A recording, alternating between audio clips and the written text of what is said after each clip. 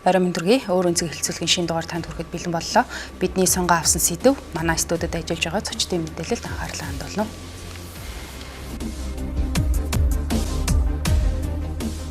Улсын хурлын гишүүн Тэмүүлэн, хуулийн төслийн ахлагч Батжаргал,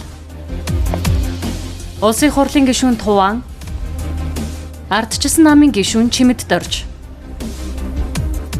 Архангай аймгийн малчин 60 нар оролцож байна.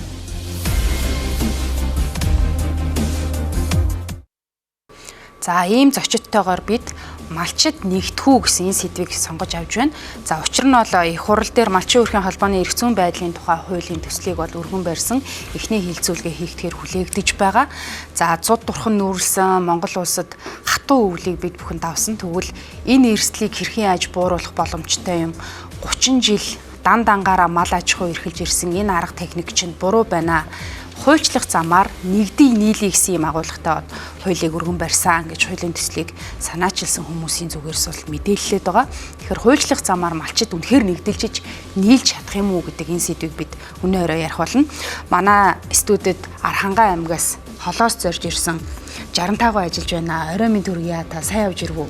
Сайн явж ирсэн. За, ингээ хуульчлах замаар малчдыг 20 ба түүнээс дээш ингээд нэгдээд нийлээд холбоо болоотгоо гэсэн агуулгыг бол их хурл сууж байгаа хүмүүс төвшүүлж байгаа юм байна.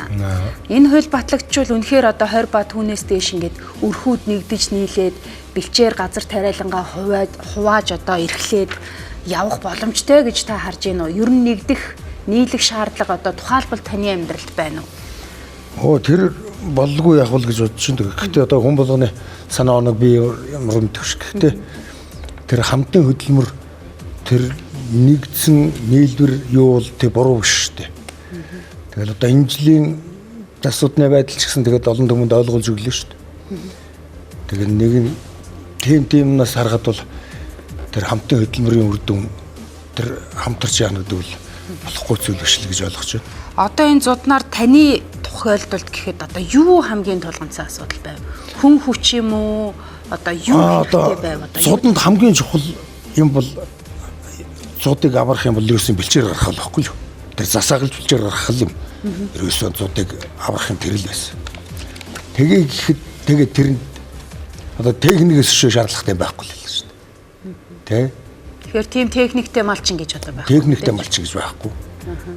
Одоо тийм болцооны тийм аж ахуйн нэгт чалга одоо сумын томгийн газарт бол ямар тийм том хүчтэй машин трактор байх биш. Тэгээд амьдрал дээр яг хэрэг болж байгаа. Тэгээд онцгой байдлаас нэг 31-ээр нэг юу яасан. Тэгээд манай тентхийн засвал 31 засаглаа зам гаргах юм яг зам бол гаргасан багтаргийн. Юу бэлчээр гаргах тийм. Бэлчээр гаргах гэсэн юм бол байхгүй. Тийм л байлаа. За баярлалаа. Хуулийн төслийг өргөн барьсан Батжаргал гишүүнээс тодруулъя. Энэ тоог нь харахаар 52 гишүүний нэгдээд өргөн барьсан хууль гэхээр энэ магадгүй батлагдах байхаа. Энэ чихтэй.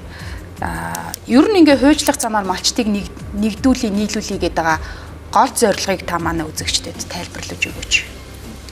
Тийм, ерөөсөө бид хэдийн энэ сүүлийн 30 жилийн мал аж ахуйн салбарын хөгжлийнхөө ерөнхий дүр зургийг харахаар зэрэг үндсэндээ бивээн даасан тийм арга цаасан аж ахуй болж хувирч хаад байгаа энэ үйл явц. Тийм учраас малчдын хамтын менежментийг төлөвшүүлэх замаар мал аж ахуйн үйлдвэрлэлийнхээ доктортой хөгжлийг хангах хэрэгтэй юм байна. За энэ хүрээнд мэдээж анхуутаагаан одоо судалгаа тооцоолол хийж байгаа зүйл биш. Энэ дээр манай иргэний нийгмийн байгууллагууд ч гадны донорууд ч олон удаагийн одоо судалгаа тооцооллууд хийсэн. Манай эрдэмтдийн хийсэн тооцоо судалгаанууд ч байдаг. Тийм учраас энэ хамтын зохион байгуулалтыг бий болгох замаар энэ мал аж ахуйн салбарын шийдэж чадахгүй байгаа асуудлуудыг шийдвэрлэх тухай асуудал юу юунаас чухал байна.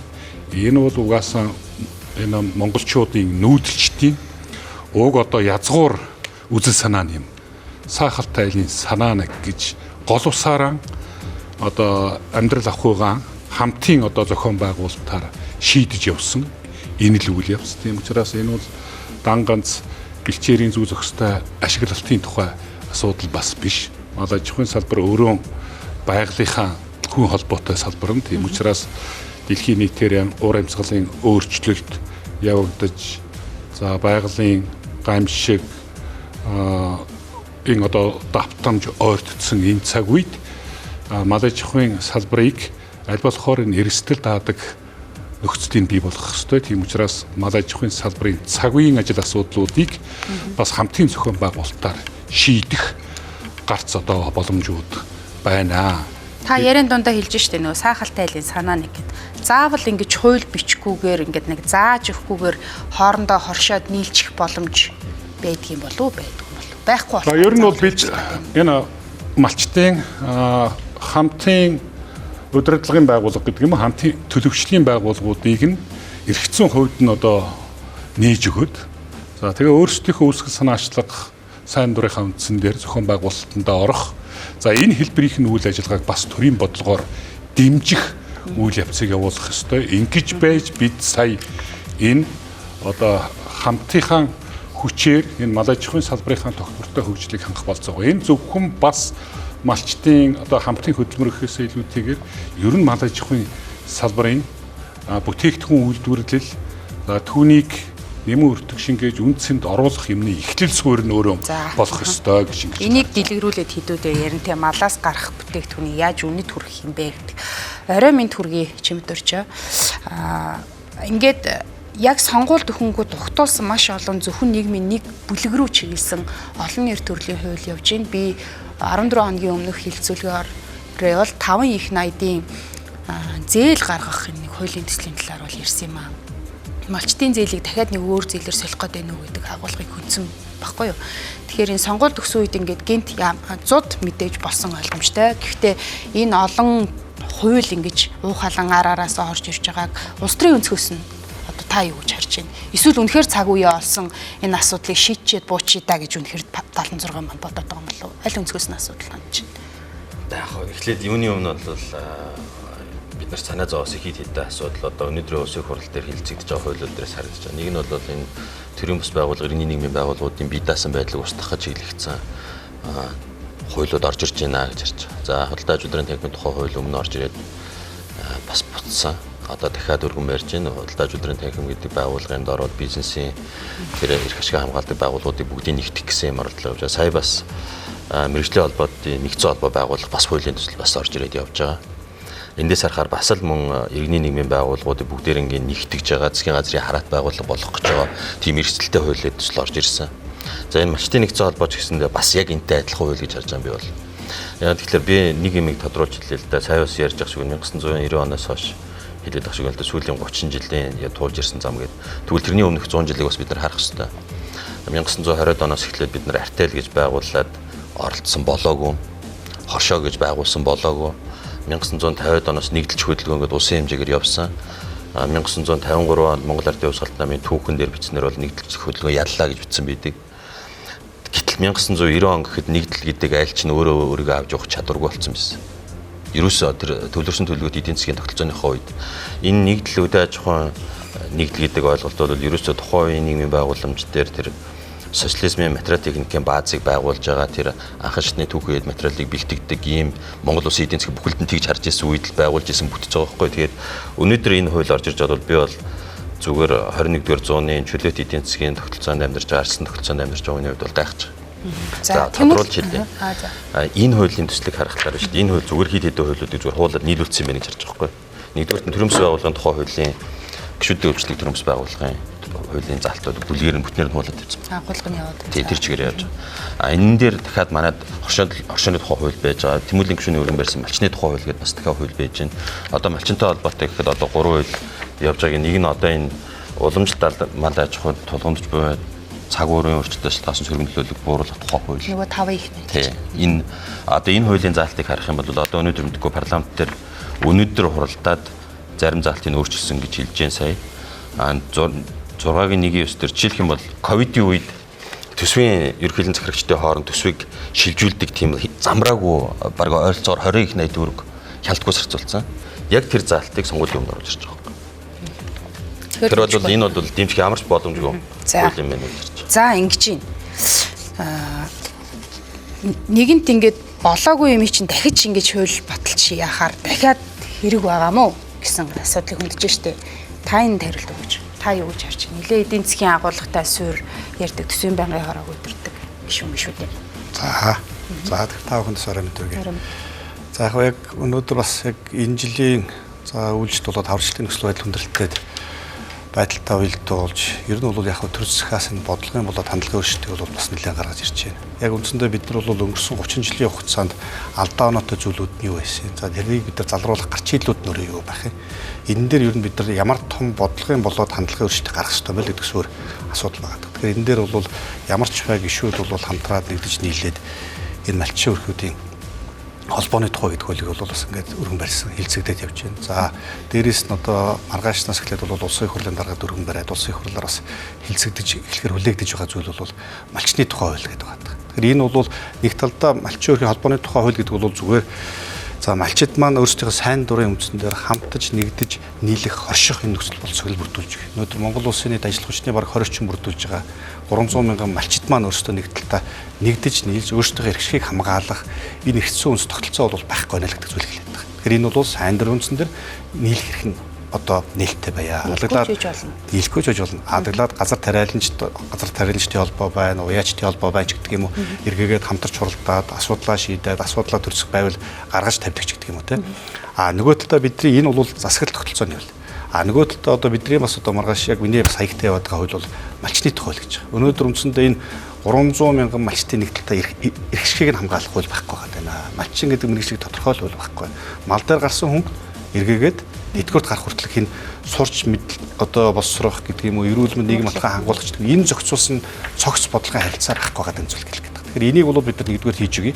Нөгөө талдаа бидний бас нэг зүйл бол эрх шигийг хамгаалахаас гадна энэ салбарын хөгжлийг яаж түрэгдэх вэ? Энэ салбарыг яаж эдийн засгчлуулах вэ гэдэг асуудал байна. Тэгэхээр ерөөсөө гол зангилаа хууль маань бол энэ малчны тухай хуулийн дээр бид нар энийг гаргаж өгөөд бусад хуулиудтай уялдаа холбоог нь хийж өгөөд за малчин өрхүүдийн холбоотойгоо бас хамтарч нэгдэж нийлж хөдөлмөрөө орчдог эсвэл одоо бэлчээр нутгаа ашигладаг ч гэдэг юм уу хамтарч нүүдэлч гэдэг юм уу энэ бүх харилцааг бол энэ 2 3 хуулиудын хүрээнд бол гаргаж ирж байгаамаа. Тэгэхээр бид нар магадгүй сүүлийн 30 жилийн хугацаанд нэг ч хуульгүй байсан малчин маань бол одоогийн улсын хурл дээр ирж байгаа бол баг 2 3 хуультай очих боломж олцсон гэж. Энэ бол маш том бодлогын хандлагын өөрчлөлт би гарч ирнэ л гэж харж байгаа. За, таван гишүүн энэ асуудлыг юу гэж харж байна? Эндээс бол эсрэг байр суурьтай байна те. Малчид маань бол нэгдсэн ч яхав дээ. Ер нь хүч хөрөхгүй шүү гэдэг асуудлыг ярьж байна. Та юу гэж харж байна?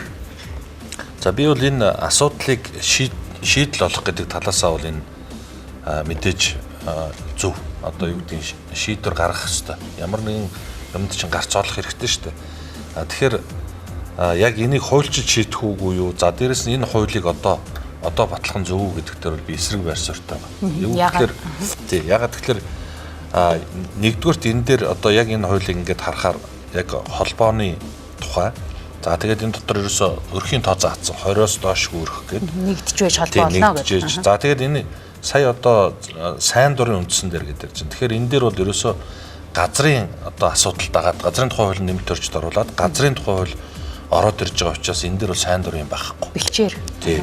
Тэгээд холбоо одоо холбоонд нэгдэж дараагийн одоо асуудлуудад хамрагдах учраас эн чинь ямар нэгэн байдлаар сайн дурын биш болчихж байгаа байхгүй. Тэгэхээр энэ одоо энэ холбооны хоршооны гэдэг одоо энийг бас ялгаж салгаж ойлгоход хэцүү л.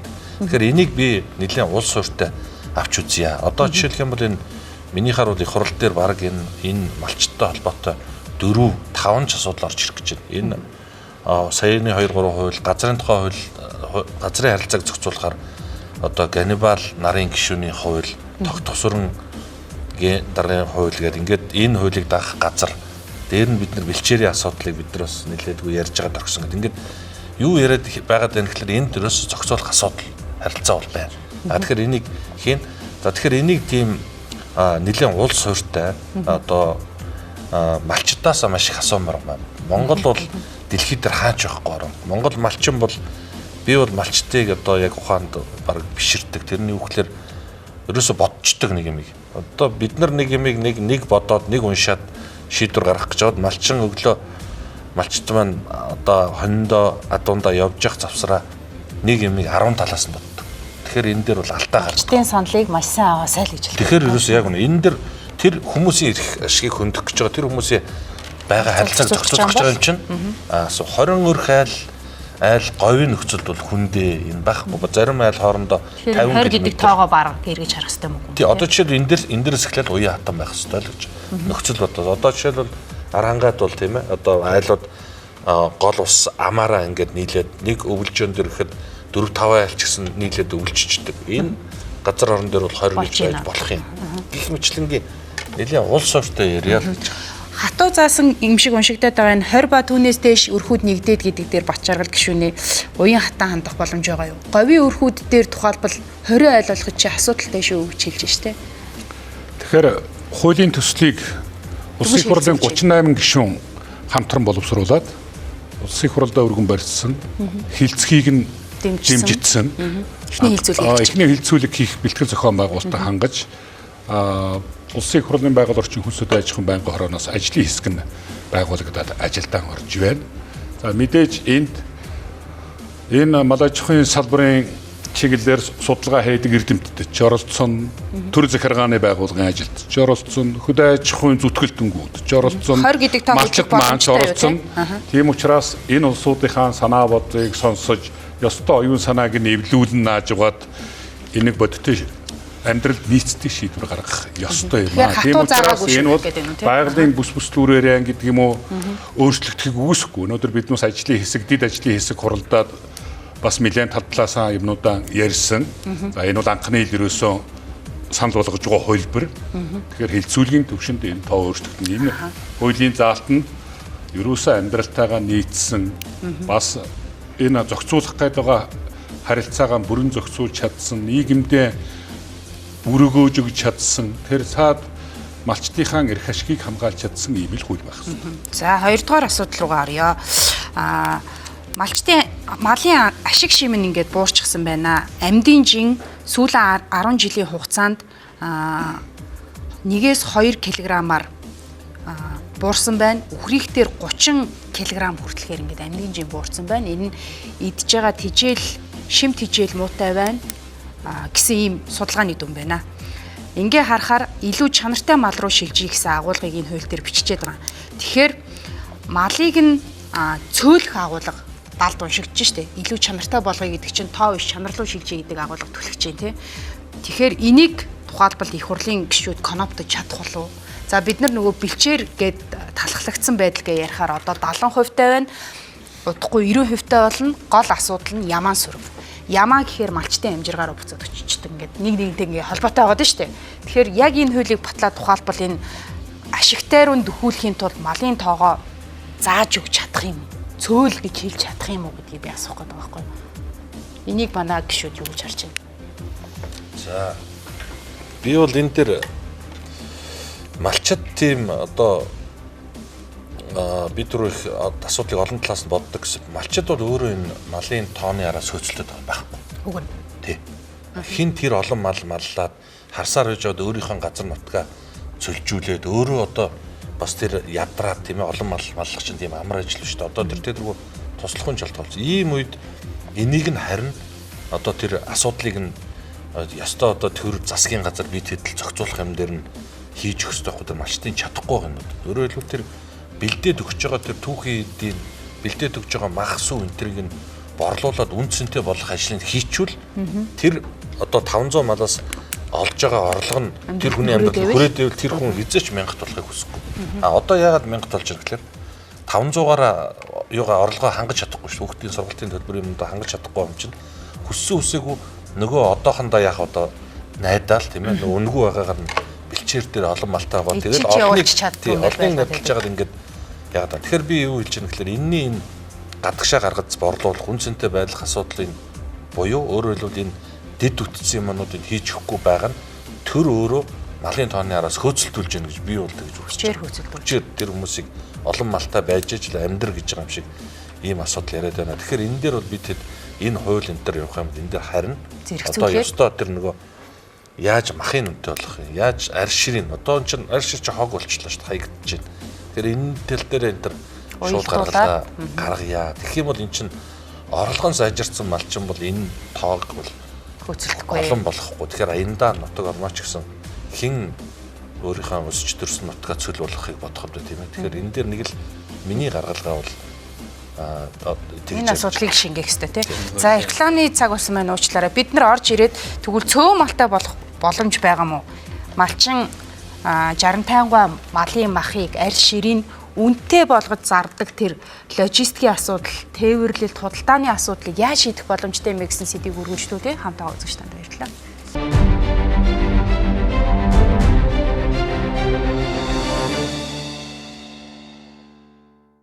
Хилцүүлэгтээ эргэн тавтаа морилно. За малаас гарч байгаа бүтээгдэхүүнийг яаж үүнд оруулж малчтайгаа одоо чинээлэг малчин болох вэ гэдэг асуудлыг хэдүүлээ. Энэ хэсэгт хүндэхийг зорио. Тэдэрэ хоршоод ажиллаарай, өвс ногоогоо тариарай гэдгийг бол хууль дээр бичсэн байна шүү дээ. Тэгвэл малынхаа махыг арь ширийн малаас гарч байгаа бүхэл зүйлийг яаж үүнд оруулж зардаг болох юм бэ гэдэг асуудлыг хэрхэн яаж энэ хуультай хавцалдуулж харж байгаа вэ? Ажлын хэсгээс Тэгэхээр яг бидний хувьд одоо яг үндсэндээ харж байгаа зүйл маань бол бас нэг мал аж ахуйн салбарын үйлдвэрлэлийн үр өгөөж эсвэл малчин хүний хөдөлмөрийн бүтээмж гэдэг зүйлийг бол бас нэг талдаа анхаарч үзэх болчих болчиход байна. Тэгэхээр үндсэндээ яг өнөөдрийн явсан тогтолцоогоор одоогийн үед хэрэгцээ орчин байхгүй орчин дээр бол бид бас яг энийг тодорхойлж за дээрэс нь төр засаг яг ямар бодлого баримтлах тэрийг одоо мал аж ахуйн салбарыг яаж дэмжих эсвэл магадгүй саяын тэр нөгөө нэг мал махны үнэтэй холбоотой малын галтай түүх эдийн үнэлэмжтэй холбоотой асуудлууд дээр төр ямар дэмжлэг үзүүлж ямар бодлогыг зохицуултыг хийж ямар одоо менежментийг хэрэгжүүлэх гэж гэдэг юм. Энэ бодлого бол хуульчлагддаг учраас өнөөдөр бид нар энийг заашгүй их шаардлагатай байна гэдэг. Тэгэхээр үндсэндээ энэ төрийн саяын тэр чин түүхийн бүтээгдэхүүнтэй холбоотой бэлтгэн нийлтийн тогтолцооч гэдэг юм уу эсвэл одоо бид нар цаашид өссөн өсөөгүй энэ түүх эдийн үнэлэмжийг нэмэгдүүлэхийн тулд үндснийхээ үйлдвэрлэлийг дэмжих хэрэгтэй байгаа тань. Байл бий болох шаардлагатай байгаа тань. Тухайн байгаа үйлдвэрүүдийн босруулалтын төвшинг үе шатгаар нэмэгдүүлэх заашгүй шаардлагатай байна л гэдэг зүйл байна. Тэгэхээр бид нар чинь яг энэний бас нэг болж байгаа зүйл байна, болохгүй байгаа зүйл байна. Чи ноос гэдэг юм уу, ноолуурч гэдэг юм уу бид нар бол шууд нийт түүхийгээр л хэд рүү гаргацдаг тийм. Ингээд одоо бусад дэлхийн ч гэдэг юм уу бусад өөр улс орны ханган нэвлэгч бааз болчихж байгаа. Гэтэл чинь яг энэ ноос ноолуурын салбар яг адилхан бүтээгдэхүүн шахах мөртлөө сарлгийн хүргээд аваад үзэхээр 100% эцсийн бүтээгдэхүүн болоод Монголд бий болчдөг. Суйрлагдсан хүчин чадал нь байдаг. 10 орчим үйлдвэрүүд Монголынхаа өнөөдөр мачтаас гарч байгаа бүх хөврийг 100% эцсийн бүтээгдэхүүн болгоод гадаадад валюутлахад гаргаж байгаа зүйл байна. Тэгэхээр чинь бид нар бол энэ өөрөө юу орж ирэх вэ? Бид нар яг л тэр одоо юу гэдгийг түүх эдийн үнэлэмжийг нэмэгдүүлэхийн тулд төр хүссэн өсөөгүй аж ахуйн гэж хувь хвшлийнхныгаа энэ босруулалтын төвшингийг нэмэгдүүлэх үе шатгаар одоо үндэсний үйлдвэрлэлийг хөгжүүлэх бодлогыг бол заашгүй шаардлагатай байна. Энийг бол одоо нэг талаа хийх энэ бол төрийн зохицуултын үндсэн байна. Энэ дээр чинь магадгүй саяын тэр тогтолцоо нь ямар байх юм, тээвэрлэл техникийн эрх хийх юм. За магадгүй одоо юу гэдэг тухайн түүхэд бэлтгэн нийлүүлж байгаа малчин маань өөрөө ямар үр хүлээх юм ч гэдэг юм уу.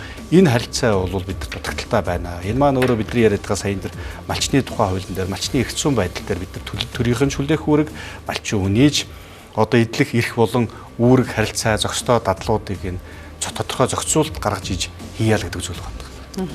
За 65 танаас тодруулъя. Энэ одоо таны энэ сууж байгаа хилцүүлгээс малынхаа махыг үнэтэй болгодог ингээд ноос ноолуурыг сайхан худалдачдаг юм болохын төлөө бид нар хууль батлах байна гэж штэ. Энэ агуулга одоо танд яаж уншигч чинь хэр биелэх боломжтой санагдаж байна. Таны аж амьдрал тухайлбал одоо малаас гарч байгаа бүтээгдэхүүнийг хэр одоо сэтгэл хангалуун үнээр гэдэг юм хэр төвөгтэй байдлаар арилжаалдаг вэ? Одоо малын төвхүүд үнгүүдчихэд бус нэмнийх нь хэрэглээний бүх юмны өссөн байдаг. Тэгэд энэ малч чинь ариун малтай байж ч амьдралаа хөрөхгүй бол мал одоо яахгүй шүү дээ. Тэгээд тоотоо хөцөлтэй. Тэгээд тоотоо хөцөлж байгаа. Одоо энэ өртөг үн сайд малаас ч хаях юм байхгүй шүү дээ. Малын бүтээгдэхүүн үнэтэй ширтээ үнэтэй өртөгтэй болчихвол бас өөр хэрэг. Тэгэхгүй л одоо уг нь тэгээд яг одоо хөдөө бэлчээрийн мал аж ахуйд бол бэлчээр дасгалж байгаа нь л үнэ л дээ. Тэрийг л дүгсэх аргагүй. Манай тэнд л одоо ургадаг нь бол гүйц дээр ургахгүй болоод олон жил болж байна. Би бас ойр зургийн ажиглаж илүүдэг юм байна. Одоо энэ хууль дээр бичсэн шиг нөгөө одоо 20 ба түүнээс дээш өрхөөрөө нийлдээд мэдгүй дундаа нэг портер авах юм уу 20 айл салаад нөгөө малаа барьж гүйснээс илүү ингээд нэг дундаа нэг машинтай олж аваад одоо чи яв гэд явна гэвэл одоо танд хэр ойрхон сонсогдож байна. Олон л гэж бодож байна. Одоо бол та ченжүүдэд гэх юм а зарах уу? Тэгнь. Одоо та килограмм гэдэг юм уу махыг одоо ямар шүүнээр борлуулж байна? Хэрвээ нууц биш бол. Өнгөрсөн намар одоо тийм Өнгөрсөн намар бэлтгэхтэй. гур гайгүй байх үедээ 6000 тал байсан шүү дээ манайд. Ааха килограммахыг хийж бодож авсан. Тий. Зудны үеэр хэдээр ав? Зуданд одоо ямар үнэ. Яг нөгөө аваад байсан тэрэнд бол мал өгч амжаагүй тий. Ааха. За. Энийг одоо эдийн засгийн эргэлт циклэнд оруулахын зүүгийн та одоо юу гэж харж байна? Бүсчилсэн хөгжил бид нар яриад баахан форумдсан байгаа шүү дээ. Бүс болгон дээр одоо зориулсан мах бэлтгэлийн үйлдвэр нь байх ёстой юм уу? Тээвэр нь байх ёстой юм уу? Эхний хагас боловсруулалтаа хийх одоо нэг юм барих ёстой юм уу мэдгүй. Хэрвээ нэгэнтээ ингээ хууль батлах гэж байгаа юм бол юу хийчээд нэг ингээ зэрэгцүүлж хийгээсэн гэж харж байна. Эхлээд юуны өмнө болохоор манай нийт мал сүргийн Монгол Улсын нутгийн дэвсгэр дээр байгаа мал сүргийн бараг 60 орчим хувь нийт малчтын нэг 20 орчим хувьд нь л ногдож байгаа. Хоёрдугаарт нийт малчтын маань бараг 80% нь шүү дээ. Одоо манай Монгол Улсын дундад цалингаас доогуур орлоготой. Жилийн дүнгээр нь одоо малчин өрхийн гишүүний хөдөлмөрийн насны хүн гишүүнээр нь тооцоглохоор бол доогуур орлоготой. За ядуурлалт өртөмтгийн хамгийн өртөмтгийн бүлэг манай нийгмийн. Тэгээд дээрэс нь бол сүүлийн үеийн цаг уурын өөрчлөлтөөс шалтгаалаад бол малчин ахуйд ер нь маш том цохилт ирж байгаа. Энийг бол бид нэр одоо ганцууднаас нь харж байна тий. Бэлчээрийн ургамлын хомслоос харж байна. Ер нь манай бэлчээр бол нэлээд талхлагдаад цаашдаа бол энэ 70 сая мал бол яагаад ч багтахгүй юм байна гэдэг нь бол нэгэн тодорхой болчиход байна шүү дээ. Гагцгүй энэ эдийн засгийн одоо агуулгаараа яавал энэ малчин мал малж байгаа хүний орлого амьдрал сайн байх вэ гэвэл нэгдүгээрт нь төрөөс элдвийг хязгааргүй байх хэрэгтэй, хязгаарлалт тавьдаггүй байх хэрэгтэй. Одоо жишээлх юм бол би нэг тодорхой жишээ хэлэхэд хилийн уртад бол махны үн манайхаас 3 дахин өндөр. Зүгээр хил гараад 3 дахин өндөр үнэтэй. Гэтэл бол одоо Монгол улсад мах экспортлох зөвшөөрлөлтөд тусгай зөвшөөрөл эзэмшиж байгаа 17 аж ахуйн нэгж байгаа шиг санагдаж байна. Дандаа л төрөөс зөвшөөрөл авч иж экспортлдог болсон. Тэрнээс биш тий. Тэрнээс биш малчид ингээд малаа экспортлох болцоотой байсан болвол мах бол ингэж үнгүтгэхгүй. Нэгдүгээр тэгэхээр энэ бол төрийн оролцооны буруугаас болоод ер нь малчтын орлого хомсдож байна гэж дүгнэх бүр үндэстэй юм байна. Нөгөө талаас дахиад нэг юм нь бол энэ хуулийн төсөл дээр хоёр юмыг би бас тодруулаад хэлчихмээр. Нэгдүгээрт нь бол малчид нүүхгүй болж байгаа. Яг гэвэл зэрэгэлдээ байгаа 20 айл нэг одоо малчны анхдагч холбооны гишүүн болоод бэлчээрээ хамгаалаад явна. Тэгэхээр тэндээс одоо бүр ингээд унших юм бол маш төвөгтэй харилцаа руу явж байгаа шүү дээ. Одоо малчны холбооны анхдагч холбооны гишүүнээс гарчвал яах юм байхгүй бахт нуудлага гаргацсан байвал яах юм. Яаж хүүхээр явах юм авах ингээд энэ харилцаа чинь аль хэзээ сайн дураараа эвлэлд нэгддэг бүх боломж нь Монгол улсын хуулиудаар байж байгаа. Төрөмс байгууллагын хуулиарч байж байгаа, хөшөөний хуулиарч байж байгаа. Хөдөлмөр юугаа авшаа гэж байгаа бол бүх юм нээлттэй. Энэ хууль батлагдсанараа сайжрах юм байхгүй. Харин ч энэ хууль батлагдсанараа надад бол аймаг сумын засаг дарга нарын хуулийн өмнө хүрээж байгаа, хүлээж байгаа үүрэг хариуцлагыг сулруулахаар залтууд байгаа. Яг тэгэхээр анхдагч холбоо гэж байгуулад тэд нар нийлээд сумын холбоо гэж байгуулад сүүлдээ аймгийн холбоо гэж лээшигээ байгуулад ингээд бүртгүүлээ дээрсээ үндэсний нэгдсэн холбоог хүртэл ингээд байгуулагдахаар ийм Монгол Улсын засаг захиргааны нутаг дэвсгэрийн нэгж түүний удирдлагын тухай хууль гэж бие даасан хууль байгаа. Тэрүүгээр энэ харилцаа бүх зохицуулагдсан харилцаануудыг одоо төрийн гадуур дахиад нэг юм холбооны төрөмс байгууллагын бүтц авчираад засгийн газрын хараат болгож байгаа юм үндсэндээ бол Монгол улсад одоо бүсчилсэн хөгжлийг бол маш их ярьж байна л да. Гэхдээ бүсчилсэн хөгжил гэдэг чинь бид нар сайн анзаарах юм бол жишээлх юм бол говийн бүсэд бид нар эрчимцэн мал ахуй хөгжүүлэх боломж бол байхгүй шүү дээ. Яг тэгвэл бэлчээрийн ургамал гэдэг юмын тариалах тэр орчин нөхцөл нь байхгүй учраас бол тэрэн шиг бодлоо байхгүй шүү дээ. Тэгэхээр энэ эдийн засаг зах зээлийн эдийн засгийн тогтолцоо гэдэг чинь хаана илүү үр ашигтай бүтээгдэхүүн үйлдвэрлэх боломж байна уу? Тэндээ тэр чиглэлийн бүтээгдэхүүн үйлдвэрлэгддэг болохоос биш одоо сонгуул болоод малчтын санал хэрэгтэй байгаа тэрийг бол ойлгож байна. Улс төрийн намууд ялангуяа эрх хэрэгчдэд малчтынхаа саналыг аваад сонгуульд ялчих юмсан гэсэн бодол байгаа. Гэхдээ ийм хууль батлагдсанаар малчтын амьдрал ахуйг дэвшүүлнэ гэж бол худлаа.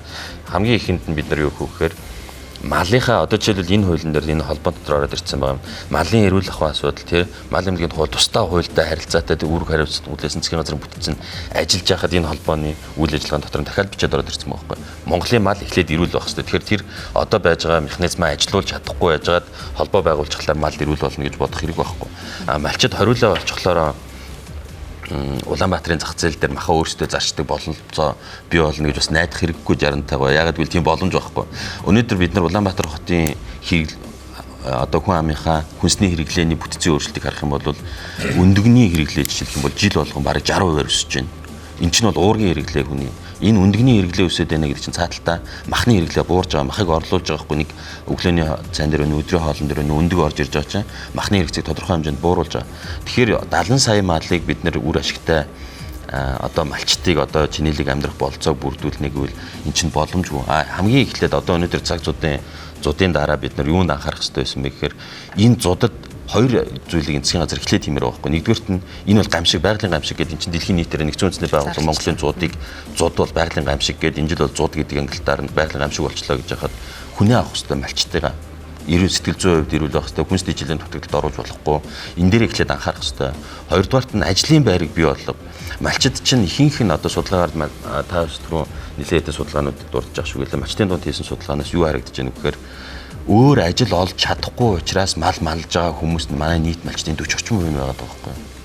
Тэгэхээр хотууд дээр аймгийн төвүүд дээр ажлын байр бий болж байгаа бол малчтын тодорхой хэсэг нь арай өндөр орлоготой эдийн засгийн салбарууд руу шилжих болцоо байна гэж харагдаж байгаа тийм. Энэ талдаа анхаарах хэрэгтэй гэж байна. За гэсэн ийм эсрэг аргумент төвшүүлж байна. Бачаргал та энэ дээр ямар няцаалт гэдэг юм уу? Байр суурь хэлв. Тийм бид асуудалд шүүмжлэлтэй хандж болно. Тэгвэл мэл улс хууртай хармаар байгаа. Бид нүүдэлчдийн үр сад мөн бол өв соёлоо тээх тухай асуудал, түүнийг хадгалах тухай асуудал, өвлүүлэх тухай асуудал байна. Гэхдээ энэ үнийг бид дан ганц өв соёл тээх юма гэдэг талаас харж боломгүй байгаа. Малай аж ахуйн салбар бол эдийн засгийн суурь салбарнаа. Тийм учраас энэ хүн амын хүнсний хангамж энэ гол одоо хангадаг салбар нэг. Хөнгөн үйлдвэрүүдийн чинь түүхийн эдийн үндсэн бүрдүүлэх салбар нь. Дээр нь эдийн засгийн бусад салбаруудын хөгжлийн суурь нь аялал жуулчлалын салбарыг хөгжүүлнэг нь яг нарийнда энэ өвөг дээдсийн чинь өв соёл, энэ улс орны чинь унган байгаль, энэ амьдралын хэм баяг ерөөсөө инлүү талагдаж орж ирж байгаа шүү дээ. Тэгэхээр бид энэ цаг үед энэ салбараа өөрийг нь тогтвортой хөгжүүлэх орчинг нь бүрдүүлж өгөх ёстой. Малчин өрхийн холбооны хуулинд 4 том зорилт тавьсан. Нэг нь ерөөсөө малчдад үзүүлэх нийгмийн үйлчилгээний чанар хүртээмжийг нэмэгдүүлэх тухайн асуудал. Хоёрдугаар төрийн одоо үйлчилгээг бүрэн гүйцэтгэх, мэдээлэл үйлчилгээг хүргэх тухайн асуудал. Гуравдугаарт малчдыг өөрсдийг нь чадваржуулах, мэдлэгжүүлэх тухайн асуудал орж ирж байгаа. Хоёр дахь гол асуудал ерөөсөө энэ бэлчээрийн мал аж ахуй бол байгалаас нь салгаж ойлгох боломжгүй. Энэ бол үндсэндээ тэжээлийнхээ бараг 100% байгалаасаа хүртэж байгаа энэ аж ахуй байхгүй. Тийм учраас бэлчээр нутгийн зохистой ашиглалтын асуудлыг 30 жил малчид дангаараа яваад чадахгүй гэдэг нь тов тодорхой харагдсан. Тийм учраас ямар ч байсан тэр Монголын суурь хөгжтгөн дээр нь тулгуурлаж гол нутаг усаараа хамтарч бэлчээр нутгаан зохистой ашиглах, бусдынхаа өмнө бас харилцсан хяналт одоо хариуцлагын асуудлыг бий болгох ёстой. Энэ хамтын менежментийн тогтолцоо гэдэг бол нэгдүгээр дан ганц эрх ашиг хамгаалалт байдаг зүйл биш.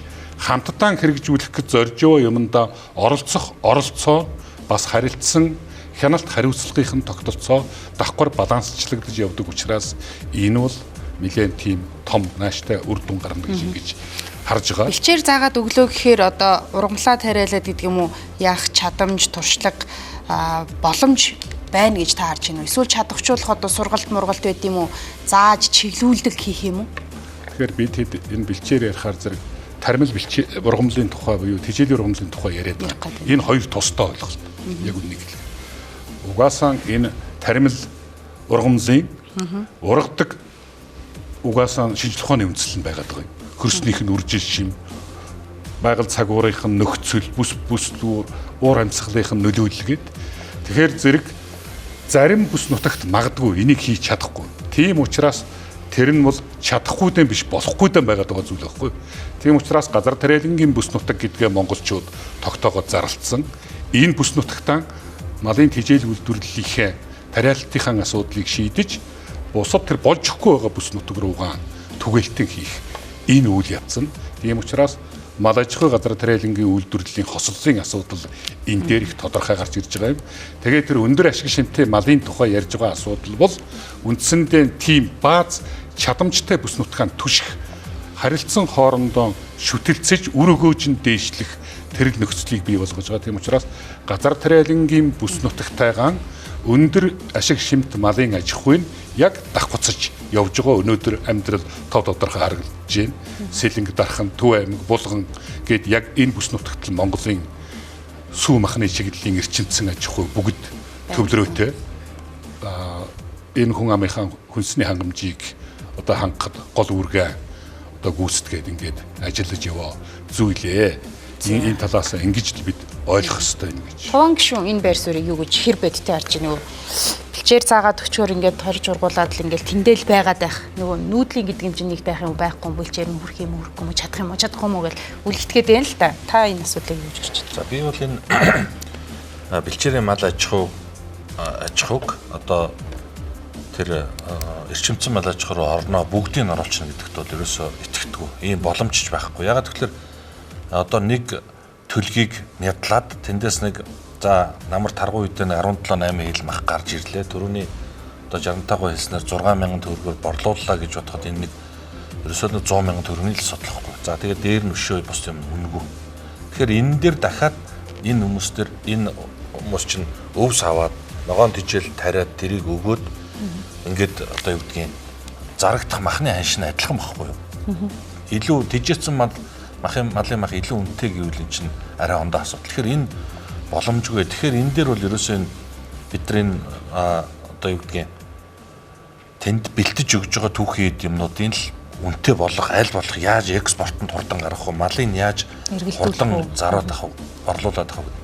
Бид нар жилдээ ерөөсөө 10 сая толгой малыг хүнсэндээ хэрэглэдэг. Дахиад 5 сая толгой малыг 5-аас 10 сая толгой малыг экспортод гаргах боломж нь байгаа байхгүй. Тэгэхээр энийг нь бид нар яаж хурдан хийж өгөх вэ? Вьетнам нь байна уу? Араб нь байна уу? Хятад нь байна уу? Ерөөсөө энийг л маш хурдан зараад авах юм бол эндээс өөрөө энд чи эргэлт үүснэ. Өөрөө л тэр хүн орлого олоод байна. Одоо нөгөө л бид нар нөгөө хурганы аж ахуй гэдэг юм руу чинь одоо л харин орж байна. Тэгэхээр ерөөсөө л энэ дэр асуудал шийдэх ганцхан арга бол тэр одоо бүтээж байгаа тэр маллаад байгаа мал аж ахуйгаас нь гарч байгаа бүтээж байгаа тэр нэмэн өртөө бүтээгдэхүүнийг нь л өндөр үнэтэй л болгож байгаа. Энэ маш олон асуудлыг шийдэн шүү. Малчны амьдралыг шийдэн, бэлчээрийн асуудлыг шийдэн. Өнөөдөр бид нар ингээд механикаар энэ холбоонд оруулах гад байгаа асуудлыг шийдэж байна. Яг тэгэхээр энэ дэр чинь одоо бид нар өөрсдөө нүүдэлчингүүд. Тэгэхээр энд бид нарт чинь нэг юм шал ондоо дэлхийд өөр хаанч байхгүй юм менталитет байгаа, соёл байгаа. Тэгэхээр энийг ингээд буцаад хайрцаглана гэдэг бол айгүй надад бол хэцүү харагдаж байна. Дараагийн асуудал нь энэ дэр чинь түрүү чимтэр хэлсэн нэг тэндээс гарах орох хүүхдийн асуудал. Дээрэс нь мал бүхий иргэд гэж нэг маш том айран байна. Сумын төвд, аймгийн төвд амьдарч байгаа. Тэгээд тэр хүмүүс чинь малтай хин нэгэн дээр цөөн хэдэн малаа тавиад өөр дээрээ мал бүхий иргэн гэж бүртгүүлээд байж байгаа хүмүүс чинь адилхан л малчин байхгүй юу? Малтай. Тэр хүмүүсийн ирэх ашиг яаж орох вэ?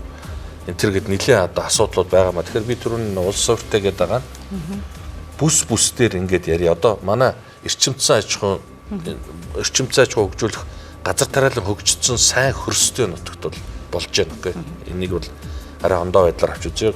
Зүүн талд тал хэрднийг авч үзье. Говьд нэг, баруун талд нэг авч үзье. Ингээд нэг юм онцлогтой л нэлээд бүгдийн нэг тоогоо тольж болохгүй шүү гэдэг агуулга хэлэх гэдэг юм. За, рекламны цаг болсон маань рекламны дараа би буцаж орж ирээ Тэмүүлэн гишүүнээс энэ асуултанд хариулт авъя. Малаа хэдүүлээ яаж ирүүл болох вэ? Экспортод гаргахыг ихээр хиний малын ямар тариа шахсан малын юу уусан малын гэдгийг л мэдхийг хүсдэг худалдан авахчтай. Тэгэхээр хэдүүлээ тийшээ явхаас аргагүй. Тэгэхээр хиний малын яасан малын эрүүл мал юм уу гэдэг рүүгээ яаж төвхийн одоо байгаа юмыг яаж сайжруулах юм гэдэг дээр хариулт авъя. Хамтдаа үзэгч танд их баярлалаа. Хэсэгэн минутын реклам үзээс сэдвээ үргэлжлүүлье.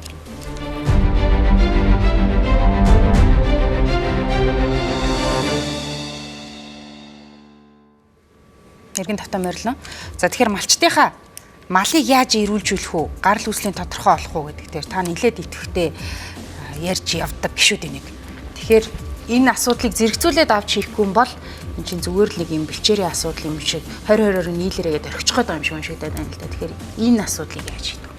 За ойлголоо. Тэгэхээр яг зүгээр сая бүх энэ өнөөдөр хэлцүүлэх нь бол яг малчин ерөнхий холбооны тухай хуулийн тухай ярьж байгаа. Тэгэхээр зөвхөн энэ холбоо руу бүх фокусыг өгөөд энэ холбоогоор асуудаг шийдэн үлдээх юм байхгүй шүү дээ. Энэ бол зөвхөн засаглал тогтолцооны хууль.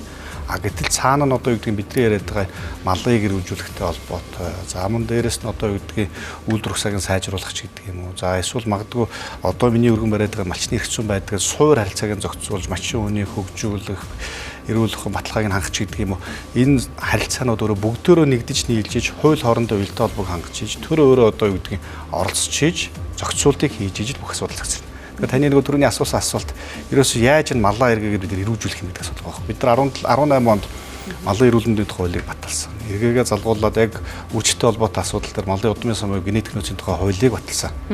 За гэтэл яг энэ 18 онд батлагдсан хууль маань эргээгээд харахаар одоо юу гэдэг яг энэ 5-6 жилийн хугацаанд бол нэг талдаа хэрэгжилт байхгүй байна. Бид нар мал махаа үнэтэй болгоё. Одоо шууд экспортын үед хаалгыг нэ ингээд одоо юу гэдгийг төр оролцохгүй байвал болох гэдэг нэг зүйл чинь үгүй байхгүй. Яагаад тэгэхээр бид нар өөрсдөө эхлээд нэгдүгээр Монгол улс гэрийнхэн даалгавар хийх хэрэгтэй.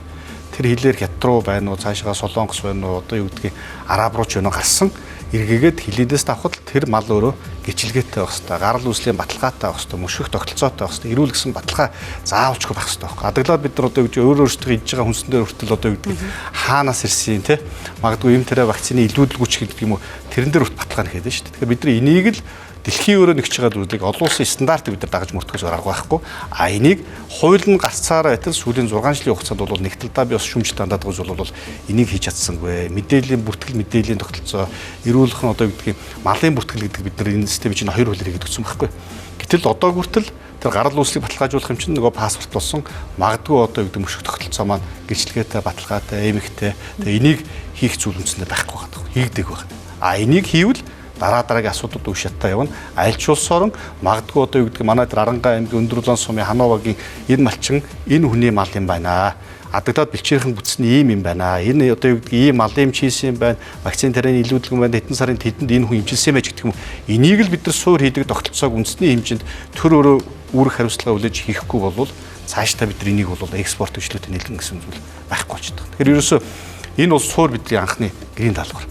Энэ дээр төр заавалчгүй нэгдүгээр зохицуултыг хийн малчид оролцсон энэ хувийн хвшлийн мал эмнэлэг болоод үржил технологийн нэгжүүдийг ч гэсэн бид нар дид бүтэц болоод тухайн дээр чадахч болох тоног төхөөрөмжөнд хангах ч гэсэн оролцохоос ураг байхгүй. Шаардлагатай төсвийн тухайлбал тавьж гисэн одоо эмэг гэж ярихаар чөлөөний гишүүн доглуулаад дууссан шүү дээ. Тэгээд дуусчих байгаа байхгүй. Тэгэхээр одоо чинь энэ бол тийм асуудал өөрөө биш болчихж байгаа. Гэтэл өөрөө суур анхдагч харилцааны асуудал болчихж байгаа. Тэгэхээр чинь одоо бид нар 18 онд энэ хуулийг баталж яхад үндсэндээ Монгол улсын одоо юу гэдэг яг үржил болоод тавар. Бүх малыг одоо эмгэгжүүлэх асуудал биш шүү дээ. 100% биш. Зөвхөн үржил болоод тавар. Зах зээл борлуулагдж байгаа. Эсвэл одоо юу гэдгийг үржилд олж байгаа мал нь өөрөө заавалчгүй гарал үүсгэн талгаатай, чанартай, сайн байх ч гэдэг юм. Энэ асуудлуудыг бид нар бол хийх ёстой. Гэтэл энийг хийхэд чинь одоо тухайн 18 оны ханшаар бол нэг 80 тэрбум төгрөг шаардлагатай байсан байна. Гэтэл 6 жилийн хугацаанд 2-3 тэрбумоос хэтрээгүй л байна. Тэгэл бах байрандаа зогсож байна. Тэгэхээр ийм асуудалд бол бид нар экспортыг ярих, дахиад мал махны үнэлэмжийг ярих бол боломж олцсон байхгүй болчихж байгаа. 65 та энэ дээр ямар байр суурьтай вэ? Нөгөө малынхаа махыг эрүүл байлгах дээр одоо тухайлбал нэг эмэг зүү энтер гэл ярьсан штэ. Тэгсэн чинь болорчлууныг яг доглоод яхаараа улсаас эмэг зүүж өгд юм. Малчид өөрсдөө хувийн өмчөндөө тэр эмэгээ зүүж өг гэдэг. Бөө маргаан мэтгэлцэн болоо тэр яваагүй тухайлбал. Та ингээ яг эрүүл болоод таны эрүүл махыг илүү өндөр үнээр авнаа гэх юм бол та өөрөөсөө мөнгө төгрөг гаргаад малаа эрүүлжүүлэх вакцинд яах одоо нөгөө эмгийн зүүж өгөхөд одоо мөнгө хөрөнгө гаргах бэлэн байна уу? Бэлэн байна. Бэлэн л байх тэр. Гол нь? Тийм. Гол нь одоо тэр чи юу л да. Тэр мал эрүүл байх чинь яг одоо хувь хүний асуудал бас биш л ч одоо шүү дээ. Заавал цаана заавалчгүй малын эвч хэрэгтэй байна тийм ээ. Тэгээд одоо тэр нь таарсан эм тариа олдоцтой. Тий, олдоцтой байх. Тэгэл адаглал энэ малыг эрүүл болгох гэж ингээд эмч дуутахад ирдэг байх. Одоо тийм л тиймтэй маслууд байна л да. Мал эрүүл байгаад бүтээгдэхүүн өөрөө өндөр үнэтэй байх юм бол ард түмний амьдрал шүү дээ. Тий. Эрүүл байлгахын төлөө л хичээнэ. Эрүүл байлгахын төлөө л хичээнэ. Одоо тийм л дээ. За манай хэд энэ дээр ямар байр суурьтай вэ? Бид нар ингээ хууль батлаад хайчаад хэрэгжилт нь болохгүй байна гэд хэлж штэ тий. Дахиад нэг хууль батлах гэж штэ төлөө. Юуны манай Монгол Ардын намын ерөөсөө төр оролцож ижил улс орны гоё ойлгодог гэдэг тийм итгэл үнэмшилтэй хүмүүс байдیں۔ Яг энэ мэдээж хүнсний аюулгүй байдал гэдэг бол ер нь маш чухал хүнсний эрүүл ахуй аюулгүй байдлын стандарт шаардлагыг хангана гэдэг бол хүн амын эрүүл мэндийн холбоотой асуудал маш чухал асуудал. Өнөөдөр дэлхийн нийтээр байж одоо Монгол улсад дахиад бүхрийн мах импортоор орж ирж байгаа шүү дээ. Бүхрийн мах импортоор орж ирж байгаа өндөр үнэтэй ресторанууд бүхрийн махаар гадаадаас авчирсан бүхрийн махаар хоол хийж байгаа. Монгол махаа идэхгүй байгаа. Тэр өндөр үнэтэй ресторануудад манай улсын хурлын эрхэмшүүлээс очиж хоол иддэг. Яагаад тийм бэ нү гэдгийг бид нараас бодож үзэх хэрэгтэй шүү дээ. Би бол малчин ахуйд одоо сайн намайг өсөж жоохон малчтын юг мэдхгүй гэж малчин ахуйд өсөж торин суун шүү би. Малчин ахуйгаа мэднэ. Марксизмаар заалахгүй гэдэг бэлчээрийн ургамлаа мэддэг Монгол өвгчүүд бэлчээрээр алхаж яваад 100 намартаа хавар ихлээр махан дараа ахуулахдаа хаана бэлчээхэн өвөл нь хаана хашаороогоо барьж хаана өвлчин гэдэг өөрсдөө шийдээд явсан олон мянган жилийн мөнгө уламжлалтай ард түмэн шүү дээ. Өнөөдөр энэ дэлхийн нийтээр байж байгаа тухайн ялангуяа хөдөө аж ахуйн бүтээгдэхүүн дээр тавигддаг, хүнсний бүтээгдэхүүн дээр тавигддаг гарал үүслийн баталгаажуулалт гэдэг тогтолцоо бий. Цагаан будаа тариалдаг орон төчгөл байна, мал аж ахуй эрхэлдэг орон төчгөл байна. Тэр өндөр хөгжилтэй Америк, Франц, Англид нь ч бас байгаа, Японд ч байна тий. Энд чинь бол яаж бий болдог вэ гэхлээр тэр хүнсний сүлжээн дээр авж байгаа байгууллагуудын эхлээд төрийн стандартаа болчих. Одоо жишээлх юм бол ихэнх улс орнууд бол хүнс эми бие даасан хараат бус агентлаг байгууллаа. Тэр байгууллагын стандартуудаа батлаад Улаанбаатар хотод хоол хийж байгаа бүх хоолны газрууд махан дээрээс гарал үүслийн бичгтээ махал манах хэрэглэнэ гэдэг болсон цагт тэр чин малчны махыг тэр гарал үүслээ баталгаажуулахаас өөр аргагүй болгож шít. Эмгээ зүгээд тижээлээ өгөөд манай бэлчээр ургамал дээр хорт ургамал байхгүй шүү гэж тэр махаа зардаг болж тэр мах нь үнэтэй болчихж байгаа. Тэрнээс биш энд холбоо байгуулаад тэр холбоо нь одоо засаг даргын тэрэгднийг хуралдаг болоод энэ асуудлыг шийдэгдэхгүй. Бид нар би бол өөрөө хувийнхаа туршлагаар бол Солонгосын хөдөө аж ахуйн салбарын тэр гарал үүслийн баталгаажуулалтын тогтолцоог нь очиж танилцчихсэн нэгдсэн үндэсний байгууллагын хамгийн том амжилттай ажиллаж байгаа системүүдийн нэг байгаа байхгүй. Тэгэхээр тэд нар бол мөн л ялгаагүй. Улаанбаатар хотод одоо Монголд хэлэх юм бол Улаанбаатар хотод ирж байгаа махыг эрүүл гэдгийг баталдаг тэр стандартуудыг нь бүх хүнсний хот дэлгүүрүүдтэй хоолны газрууд мөрддөг тэрийгэ шаарддаг болчих юм бол тэр чин тэр хариуцлагатай малчны махыг үнэтэй болгочихж байгаа байхгүй нөгөө талдаа. Яг энэ тогтолцоог бид нар тогтоодоо хийчих юм бол энэ мах чин зүгээр урагшаага хятад байсан ч аавна, араб байсан ч лаавна. Тэрнээс биш холбоо байгуулчихлаар энэ шийдэх чинь гэсэн үг бас биш л дээ. Энэ ийм одоо Монгол улс энэ гоцалдурт малын гоцалдурт өвчин дээр ерөөсөө нэг гэрэл асаадаг. Одоо Баян хөлгийн дэлгүүнд нэг шүлхий гарлаа гэхэд Монгол нэг улаан гэрэл асдаг. Доронтын маттад нэг гарлаа гэвэл нэг гэрэл асчаад байгаа байхгүй. Тэгэхээр тэр нь юу гэж юм гэхээр бид нар дээр ерөөсөө энэ яг улсаараа яг нэг ийм маш том газар нутагтай мөртлөө нэг л газар шүлхий гарвал тэр даяараа шүлхийтэй юм шиг ингээд иймэрхүү байдалтай байгаад байгаа. За тэгтэл Монголын мал эрүүл биш үү гэд ингээд ярих юм бол энэ бас харьцангуй ойлголт. За юу 30 мянган хонь одоо хятад руу гарлаа шүү дээ амьдараа тий. Одоо сүүлийн үед бас ингээд мал амьдараа гарч байна. Тэгээ тэн дотроос малын өвчин гарч ийн үү.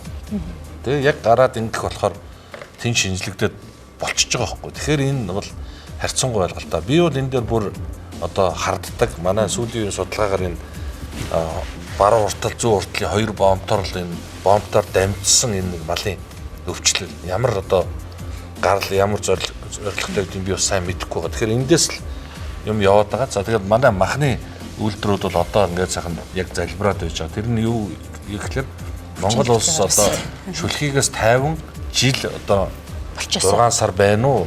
Эхлээд 2 жил болох юм олон улсын шаардлага. Тэгэхээр одоо энэ 2 жилээ хүлээгээд ингээд за битээ дахиад юм гарчаасан. Шүлхүүгээ бүр бүсээс авсан бэлтгэсэн байх хэрэгтэй гэж заасан байдаг. Тий. Тэгэхээр чи нэг иймэрхүү юмнууд байгаа маа. Тэгэхээр энийг ярих юм бол өөрөө одоо юу гэдэг маш дахиад тустай болох гэж байна. Айгуу хүнд асуудал тийм. Тэгэхээр ер нь бол би бол бас энийг одоо шалтгааны нөхцөлийг олоод маш амархан шийдэж гаргалгаатай. Бид нар бүсчилсэн байдлаар бүсийн хамгаалт хийгээд энэ 20 юу гоцолдорт өвчнөөс хамгаалах боломжтой гэж үздэг юм. Тийм. Гэхдээ тэгээд өвчин гарчаар чи ингээд нэг бүсэд аваад ингээд хөл хориг доогоод гарахаас нь өмнө байхгүй. Гарахгүй байх боломж нь байгаа гэж хэл. Тэрний юу л гэхээр баруун уртлын хил зүүн уртл хоёрын хилийн юм дээр нь л зоон хийгээд карантины зоон хийгээд өгч. Тэрөөсөө бүх малын гоцолдорт өвчнүүдийн орж ирж байгаа дамж байгаа газар чинь энэ хоёроор орж ирээд байгаа. Тэгэхээр энэ дээр нь л карантины зоон хийгээд өгч. Тэгэхэд Монголд бол энэ асуудал шийдэгдэн бид нар одоо 200 гарын сумдаа шүлхийтэй богийн мэлзэн цэцэг өвчнөд байж үзлээ энэ маш хүнд асуудал л да. Тэгэхээр энийг бол бид нар амархан шийдэх боломж байгаа гэдэг нэг өөр үнцэг хэлж байна. За манай хилцүүлэг төгсгөл хэсэг рүүгээ орж ийн. Тэгэхээр бид нар одоо хилэлцүүл зохиохын хуультай холбоотой нэг хамгийн том асуудлуудаа барьж авч ярих гэж хичээлээ. Тэгэхээр миний хөндөөгөө энэ хуультай холбоотой заавал үзэгчд мэдээсэй гэсэн агуулгуудыг та бүхнээсээ одоо нээлттэй асуулт үлдээе. Тэгээд хүн болгоныг 2 минут 30 секундэд тааруулаад энэ хуулийн төслөөс олж харах гад энэ нэг юм шийдэх гээд байгаа. Ийм учиртай ингэсэн одоо өөрсдийнхөө байр суурийг хилээд хэдүүлээ хилцүүлгээ хаяа гэсэн сонголтой. Малчтын үүсгэл санаачлагын хамтын буюу эрх ашигыг хангах байгууллага энэ малчтын өрхийн холбоо. За энүүгээр бид 4 зүйлийг шийднэ гэж байгаа. Нэгдүгээрт нь тэр малчтынхаа чадамжийг болгох, төрийн үйлчлэгээ хүртээмж боломжийг бий болгох. Хоёрдугаарт бэлчээрийн зохистой ашиглалтыг хамтын оролцоо хяналтан дээр нь бий болгох. Гуравдугаарт малын эрүүлжүүлэлт, үйлдвэр ухсаа сайжруулалтын ажлыг энэ одоо хамтын зохион байгуулалтын дээр шийднэ. За дөрөв дэх зүйл ерөөсөө мал аж ахуйн бүтээгдэхүүнийхээ бэлтгэлт нийлүүлэлтийг стандарт техникийн шаардлага хангаж гаргах тухай асуудал. За тэгээд сая энд яринлээ. Энэ засгийн газраас ороод ирж гисэн уламжлалт мал аж ахуйд өөр амьсгалын өөрчлөлтөөс одоо шалтгаалаад сөрөг нөлөө үзүүлээд байгаа хууль бол ковидын үеийн хуулийн зохицуулалт орж гисэн үндсэндээ тийм сонгуул өгсөн үйл явц байна гэж. Энүүгээр бид энэ малчтын ашигын төлөх хамтын байгууллага буюу тэр хоршооныхын үйл ажиллагааг ахиу дэмжиж хэрүүгээрээ дамжуулж байж энэ мал аж ахуйн бүтээгдэхүүний чинь анхан шатны ангиллалт, тордолт, боловсруулалтын төвшин, ахиулалт, за бас зах зээлд арай ахиу бүтээгдэхүүн аваачиж тоглох тоглолт. За тэгээд мэдээж энэний цаана бид бүгдийн төрөний хөндсөн энэ малын бүтээгдэхүүнүүд өөрөө эрүүл гэдэг мушгилтын систем нь өөрөө бий болсон байх тухай асуудал. Энүүнийг хийх гэж биднээс бас мал амьтны эрүүл мэндийн тухай хуулиндаа том өөрчлөлт оруулж эрүүл бүс нутгийн тухай хамгаалагдсан аж ахуйн тухай их тодорхой оруулж өгсөн. Энүүгээр дамжуулж мал аж ахуйн бүтээгдэхүүнийг хэрэглэж байгаа хэрэглэгч, импортлогч улс орнууд ямар нэгэн эргэлзээгүйгээр бүтээгдэхүүнийг хэрэглэх, импортлох боловцоог нь бүрдүүлж өгч байгаа юм. Энүүгээр дамжуулж энэ мал аж ахуйн салбарын бүтээгдэхүүний үн цэнийн өсөлтөнд бас тодорхой нөлөө үзүүлэх юм гэж. За баярлалаа. Сүүлийн реклам гэдэг тохиод энэ уучлаарай. 5 минутын реклам үзчихэд үлдсэн хүмүүсийнхээ саналыг аваад хэлцүүлгээ хацгаая.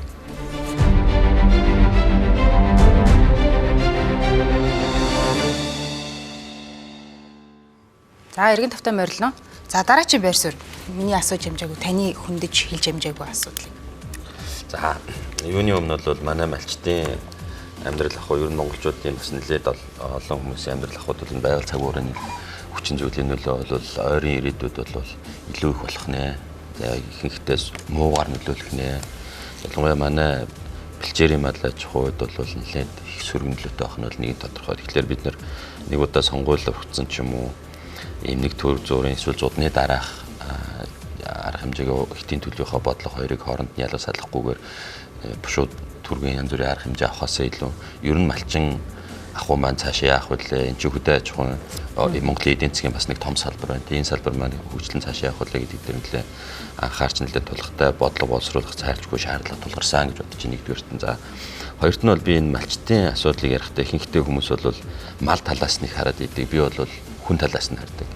Малчин гэдэг бол нэг талаасаа бол бидний соёлын өвийг тээж яваа. Ялангуяа бидний бит бус соёлыг тээж яваа манай Монгол үндэстний сэтгэлгээний ох бол тэнд ингэж хадгалагдаж явж байгаа гэдэг утгаараа бол би бол маш их анхааралтай зөв бодлого гаргах ёстой гэж бодож байгаа. Гэхдээ бодит байдал дээр өнөөдөр ямар байна вэ гэхээр боловсролын тэгш ус байдлыг харах юм бол хамгийн тэгш ус байдалд хүртэж байгаа хэсэг маань малчид.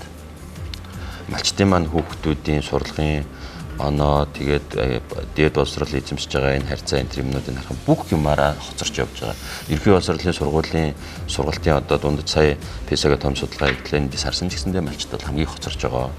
Эрүүл мэндийн үйлчилгэээн дээр бас мөн хамгийн их хоцрогдож байна. Эрүүл мэндийн үйлчилгээний тусламж үйлчилгээ авч чадахгүй байгаа хүмүүс маань малчд байгаа. Монгол улсын хэмжээнд хамгийн их хохирч байгаа хүмүүс. Тэр хүний авч тэгэхээр тийм бид нар бодлого боловсруулж байгаа бол нэгдүгээрт нь манай бидний соёлыг авч явж байгаамаа гэж жуулчд үзүүлэх гээд байгаа юм эсвэл тэрүүгээрээ бахарах гээд байгаа юм бол биш шүү. Энд чинь Монгол хүн байгаа задалт нь. Тэгэхээр ямар ч бодлого боловсруулсан хүн дээрээ эхлээд төвлөрөх хэрэгтэй шүү л гэж хэлмээр. За баярлалаа. За таны зөв. За би бол энэ зудтай холбоотой асуудлыг ярьчаа гэж ингэж бодож байна. Одоо зуд бол ойрхон болно. Муу амлж байгаа юм биш. Давтамж нэмэгдэж байна. Нэмэгдэж байна. Одоо жишээлбэл 60-таа дарангийнх нь тогоо нэрдэг бох тийм ээ. За тогоо нэрхэр чин доороос нь сайхан галаа сайхан төлж өгөөд нөгөө гараа тийм ээ. Тэгээд дээр нэдүүлээ мөс юм хөлтус хийж жагаад ингээд архиа гаргаж авдаг ш. Яг ийм юм болоод байгаа хгүй. Тэр нь юу хийж яах гэхээр дэлхийн дулаар л болцсон. Тэр урд талаас чинь тэр одоо галт төлж байгаа юм шиг халуун уур амьсгал орж ирж байгаа. Хойд талаас манай Монгол улсын хойд талаас энэ Сибирийн хүүтэн уур амьсгал хоёр мөргөлдөөд тэр нөгөө нэг одоо шим ярих гарч байгаа шиг ингээд хурд цунцны хэмжээд их болчихж байгаа. Тэгэхээр энэ бол манай Монгол улам ихсэн. Одоо харин тэгэхээр бидний энд бэлтгэлтэй байх хэрэгтэй. Би энэ одоо өвлжин хаварчин бас л малчтаар сумдын явгаар нилээ явлаа. Тэгээд сумынхаа юу ярьж байгаа гэхээр одоо ийм тохиолдох юм бид нар дээр нэг ямар ч нэг техник хэрэгтэй байна гэж. Одоо ингээд нөгөө онцгой байдлын техник яваад ирнэ. Очихоор тэрнээс ч баг зарим нь битгий ирээсэ гэж. Ягаад гэвэл маш их хэмжээний бензин зарцуулж байна. 100-аас 150 литр бензин зарцуулаад нөгөө бензиний нөөц их. Тэгэхээр бид нарт бага шиг иддэг. Тэгээд суманд таарчгаар хэмжээний малчт руу очих зам мам гаргаад өгөх. За цөөлт нь боломж ороо бэлчээр гаргаад өгөх. Тийм техник ясав. За хоёрдугаар малчт бид нарт энэ нөгөө боодлол өвс шуудаа тижэл бишээ. Одоо бид нар дээр энэ юм зам харилцаа өгчсөн байгаа. Энэ үед бид нар дээр өөрсдөө худалдаж авах хэмжээний худалдаад авахд боломжтой тижээлийг өвсийг манай сумн дээр авцараад өгч ирж байна. Ядаж сумын ойрхон авцараад өгч байна. Тэгэх юм бол эндээс ч бид нар өөрсдөө нөөцлсөн тодорхой одоо тэр нь авцруулаад авах шаардлагаа аваад ирэл гэж байна тийм. Мөнгөө төлөөд бид нар тэрийг чи авчих юм аа гэж хэлж байгаа. За дээрэс нь одоо нэг чухал зүйл бол энэ жилийн одоо засгийн газрын юугаар 18 сая мал хорогдно гэсэн орчлон тооцоо. Энэ малгай болсон иргэдэд яаж малжуулах юм бэ гэдэг асуудлыг бид нар одоо энэ дээр маш сайн хурдан ярихгүй л хот руу чиглэсэн нүүдэл одоо яваад эхэлсэн шүү. За баярлалаа. За 65 та санаа бодлоо хэлж байна. За энэ малчдын нийгэм тулгуурласан асуудал бол зөндөө байна. За энэ малын бүтээгдэхүүнүүдэд үнгүүдэд одоо нэг юм байх. Тэгжээд л одоо малчд нийгэм даатгал гэдгээс ч одоо төлөөгүй малч гिचний баг шүү дээ. Энийг л одоо тэгэл даалгаараа. Тэ энийг л одоо малчин дөмөнд бас ойртуулж яадаг энэ одоо хууль санаачилтын энэ эрхэм гүшүүтэй таарснах та нар мэн дээр энэ 50% төр дай 5% та нар өөрсдөө төлөөрөө гэд хууль баталсан ш. Та тэрийг оож уньсан уу мэдж байгаа юу? Тийм. Мэдээлэл хүрээгүй штэ баталсан хууль маань нийгмийн даатгалын багц хуулиар тэгсэн байгаа. Та 50%-а төлөө тасралтгүй төлөөд их юм бол улс 50% чинь төлнө шүү гэд хууль баталсан байгаа. Тэрний чинь яг тохироо л юм байгаа байхгүй юу? 50% нь төлж чадж байгаа хүн байна. Бүр чадахгүй ч юм байна. Тий, зүгээр тасарчаад гिचнээ жил болж байгаа бол тий олон жилийн хооронд нэг төлчих тийм үнцгэл байх шүү дээ. Тэрнээс миний энэ сарынхыг одоо төлөөх би 11 сарыг төлөөгүй явна гэсэн тийм ойлгоцтой ухамсартай айж хүн байхгүй. Яг малчтын донд бол бас тийм нэг л хуулиар гой зөксөөлж өгдөг бол. За баярлалаа. Хүмүүлэн гişүү. За бид тэгэхээр ерөөсө гол ярьж байгаа гол бидний анхаарч байгаа зүйл маань энэ эрх зүйрчнийг яагаад бүрдүүлэх гэдэг байгаа. Сая энэ төр одоо малчин өрхөдийн холбооны тухай хуульч байна уу? Миний өргөн бариад байгаа малчны тухай хуульч байна уу? Энэ асуудал маань өөрөө үндсэндээ зорж байгаа зүйл маань бол хуулийн агуулга нь ерөө бид нар энэ ерөөсөн малчин хүн тэр одоо юу гэдгийг мал аж ахуй үйлдвэрлэл эрхлэх. Мал аж ахуй эрхлэх энэ доктортой нөхцөлийг бид эрхэм бүрдүүлэх юм байна. Тэр хүний мэдлэг босрлыг нь дэвшлүүлэх, эрүүл мэнд нийгмийн баталгааг нь хангах. Сая манай 65-гаа хийж байгаа сая чинь одоо юу гэдгийг нийгэм дадлан шимтгэлээ төлөхгүй 95-оноос хойш олон жил төлөөгүй байжгаад хамрагдаж чадахгүй байгаа, тэтгэвртэй гарч чадахгүй байгаа 70% байна гэдэг байгаа. Тэгэхээр энэ болгон асуудлууд чинь өөрөө үндсэндээ малчин гэдэг нь мэрэгжил бол энэ одоо салбар бол алж бас орхичод байгаа. Тэгэхээр бидний ерөөс анх удаага одоо би чинь ингээд энэ малчны тухай хууль гэдэг зүйл гарч байна. Эрх зүйн байдлын тодорхойлж байна. Эдгэлээ адаглаад одоо юу гэдгийг баг шимж одоо юу гэдэг хуульчнаар хуультай байгаад байдаг.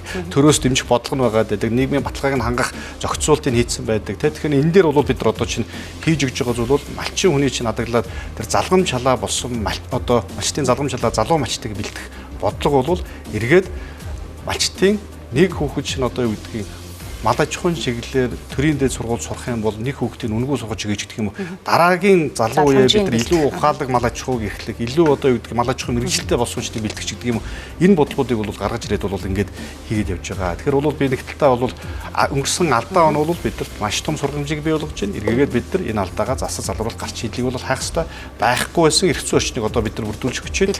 Үүгээрээ бид нар чинь сая дээр хамтын хүч хөдөлмөрийг дэмжиж хорших одоо юу гэдэг илүү ашиг хөдөлмөр болох боломжийг гэж бүрдүүлж өгье. Тусгай сайн эрүүл мэнд нийгмийн бодлогын мэдлэг өсөлттэй холбоотой асуудлыг хийж байгаа. За 10 секунд намайг төхөд байна. Сая та төрөөс ноосны урамшуул энэ төр авдаг уу?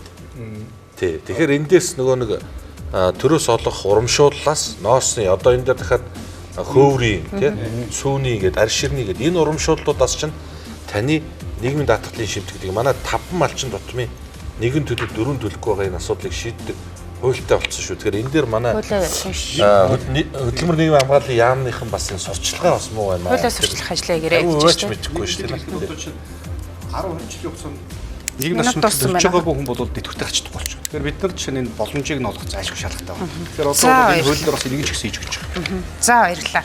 Хамт байсан үзэгч танд их баярлалаа. Хилцэгдэхээр хүлээгдэж байгаа энэ хуулийн гол зорилго нь юу юм, үр дүнд хүрэх юм уу гэдэг энэ сэдвийг бид хүндэх гэж хичээлээ. Хамт байсан үзэгч танд их баярлалаа.